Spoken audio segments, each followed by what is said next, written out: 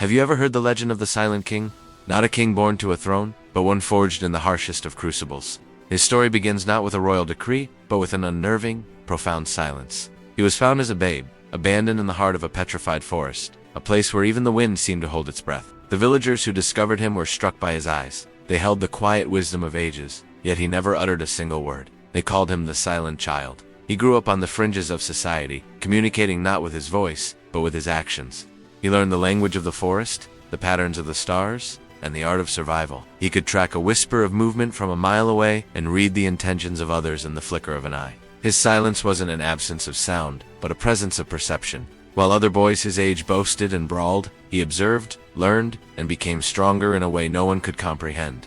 His quietude was his armor, and his keen observation, his sharpest weapon. Then, the war horns blared across the land. An invading horde, ruthless and seemingly unstoppable, swept through the kingdoms. Armies fell, cities burned, and hope began to dwindle.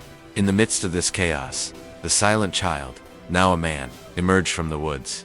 He carried no banner and shouted no battle cry. He simply moved. With unmatched precision and strategy that seemed almost prophetic, he began to turn the tide. He would appear from the shadows to dismantle enemy supply lines, lead ambushes through impossible terrain, and anticipate every move the invaders made. His fellow warriors, initially skeptical, began to follow his silent command. They learned to read his gestures, to trust his uncanny instincts. He fought not with rage, but with a calm, devastating focus. Each victory was achieved not with a roar, but with the quiet certainty of a storm breaking. In the final, decisive battle, he stood before the warlord of the invading army. The warlord taunted him, mocked his silence, but the silent man simply met his gaze. The ensuing duel was a blur of steel and stratagem. In the end, it was the warlord who fell. His final, surprised gasp, the only sound in the sudden stillness. The war was over. The people, saved from annihilation, looked to their voiceless savior. They didn't need to hear him speak to know he was their leader.